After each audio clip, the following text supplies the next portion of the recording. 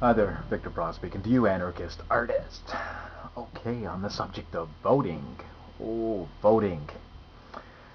Okay, it really seems that some people have a very difficult time, very intellectually, that is, mentally, intellectually, find it difficult to navigate themselves out of the mental maze, and they cling to the delusion or the hope that the system of electoral politics is going to make a change, is going to that it's something that's designed for the average citizen. You know that the system is for the people, and they truly believe that that's how democracy was constructed. That it was designed for the people, so that the people have a platform, a means to be heard, that they are participants in how society is operated and runs. So that people don't suffer, from the feeling that they're being oppressed, right? I mean, you can produce so much more in human management. The ruling elite is able to produce that much more and to maximize their acquisition of resources for the people that they enslave. It's a matter of mental enslavement and not so much as a lash on the back. And you see, that's what I think democracy is all about. It's the mental fog. It's not the lash on the back. It's the lash on the mind. So that's really what I regard, democracy as pretty much as evil's magic show. We could put it that way. And I think that so long as that people do hold the premise that the state is for them, um, they're just going to be locked in a hamster wheel repetition of history repeating itself over and over again. And what this does really is just bolsters the power and the power of the state. It bolsters them because voting really is how the ruling elite understands and knows that the public is still for them. They count the numbers of voting, and when the process of voting takes a statistical nosedive, that's how the ruling elite are able to lick their finger and point it to see where the winds are turning to get an engagement of the people. And they look at the demographics, and voting basically it is a sanction for evil. It shows that the ruling elite do have the moral and intellectual sanction of the people, and that's precisely the source of the power that the state has. I've said this in other videos, that the state has a certain amount of just raw physical power at their disposal. I mean, they have the guns, they have the tasers, they have the nightclub sticks, and when it when it comes to the police, and the industrial military complex has much more massive weaponry, and that type of power is very real. It's physical, but the actual power of the state, though, is the intellectual and moral support that we give it. And it's really, if you're going to invest this much energy into this institution or into any institution, you should really, I don't know. I think it's really important to understand what the state is, and I think that the abundance of material and a great deal of intellectuals these days, philosophers and intellectuals, anarchist thinkers, who've bent themselves out of shape trying to explain to people who are curious about about curious students of ideas, to help them to understand what the state is. They've done the intellectual legwork. It's, as I've said in other videos, society is it's a division of labor. You don't have to be all things and do all. And but it's and there's a division of labor, but it's not just physical labor; it's intellectual labor as well. And there's people who have done the intellectual legwork, doing the scholarly work, the investigating, the thinking, and the reading, and that's what they do. And they cater to your life in such a way as what a division of labor society will do. You don't have to kill your own food and weave your own clothes, and you don't have to build your own home for the most part. You don't have to do all these things, and but neither do you have to take anything that anarchist thinkers take on faith. I mean, there's a certain amount of responsibility in the cognitive process that you have to undertake to understand what's being said and filter the information through your own reasoning. But I think there's a great deal of evidence to show by definition and history, philosophical definition, and ethically, and historically, factually, scientifically, anthropologically, that we have this information at our disposal to understand what the state is. And all you're doing is just sanctioning evil. That is all you're doing when you vote. And as one of my Facebook friends wrote on the wall, it was a very cute way of putting it. You know, I try to think of the state as an abusive spouse.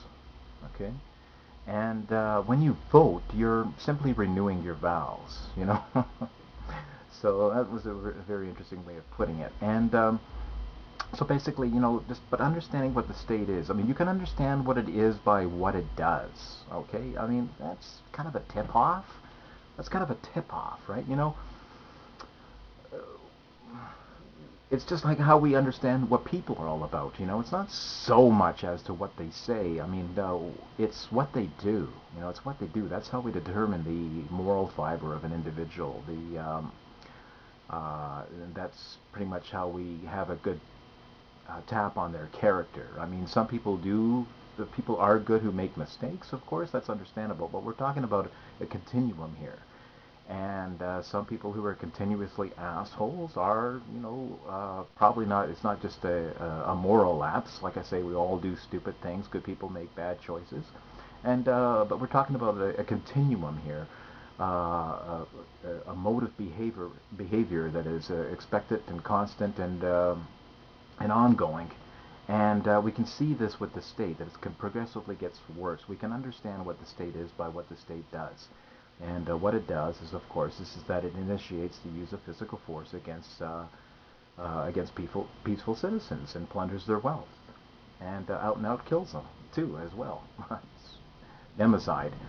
So that's pretty much what the state is, and that's what you're bolstering up. That's what you're catering to. That's what you're giving your esteem to, your belief to, your intellectual, moral belief to.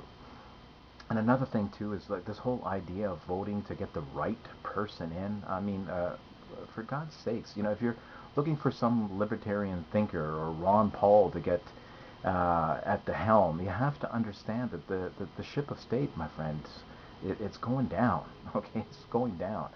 Not only would that be disastrous and set the freedom movement back 100 years once, because the inevitable collapse, if it happens, if it does happen while there is a libertarian president in office, it's not going to bode too well for the freedom movement. It will always, that association in people's minds would always be there, and that would be a benchmark in history. So, and anyway, that being bad enough, though, but the inevitability of an economic collapse is there. So there's no such thing as getting the right person in office anyway to turn the ship around when it's already sunk. Okay, so the ship hit the iceberg, folks. I mean, you might have heard that somewhere in alternative media, maybe not mainstream media, but the information is there. So you might want to check into that. And the bottom line, folks, is that electoral politics, voting, democracy, it's the smoke and mirrors.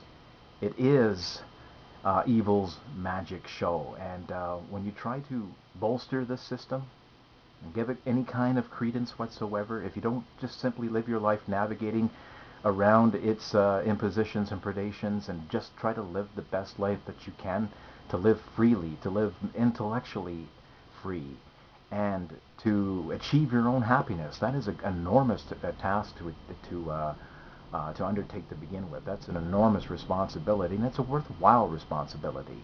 And that's what really should consume your energy. You can engage in discussions with people and spread ideas. That's a wonderful thing. But you don't have to do it for some cause. And you have to understand what the state is. Your non-participation in voting frees your time up. It frees your energy, your time, your mental space to pursue things that are actually worthwhile and are going to make a difference in your life and in the life of other people. The fact that we have this wonderful mode of communication right now is spreading ideas where people are turning around and they are not catering to the system. That's what you can do. That's what I'm doing when I make these videos. I'm spreading ideas. And it's a very marginal effort. I understand that. I wish I had a larger platform, but I'm doing the best that I can. And in the meantime, I'm also trying to fight for my piece of the pie, my slice of happiness, and whatever economic well-being I'm capable of. Not that that encompasses everything in life, but it is a matter of freedom, and freedom begins with the intellectual approach to things. It begins with the individual, and there's a great deal to be said with mental emancipation. The system is a delusion, okay? The actual source of power that the state has, beyond its obvious weaponry and various thugs in blue uniforms, green and blue, and camouflage uniforms, that's very real. That's something to contend with. I grant it. But the actual power of the state, though, its actual power is your belief in it. Okay, your participation, your emotional and intellectual belief in it, because the state is a fantasy, just like God. God has no existence or life or objectivity other than what is entertained in the mind of the theist. And the state is the same thing. Just a phantom word, just like God. Government, God, government, God. It's a fantasy. And your failure to believe in it renders it into a complete void of nothingness from which it sprang and from where it is. A figment, a fragment, a spick, an idea, a construct entertained in the mind of the individual. That is the state. Other than the real weaponry that people have, the small cadre of individuals, but where they're just people, they're just people. There is no state. There is no government. So trying to vote and cater to that illusion, you're not achieving anything. Okay, you're not achieving anything. That's all I'll say for this right now. Victor Pross signing out. Anarchist artist. Pop Culture Culture.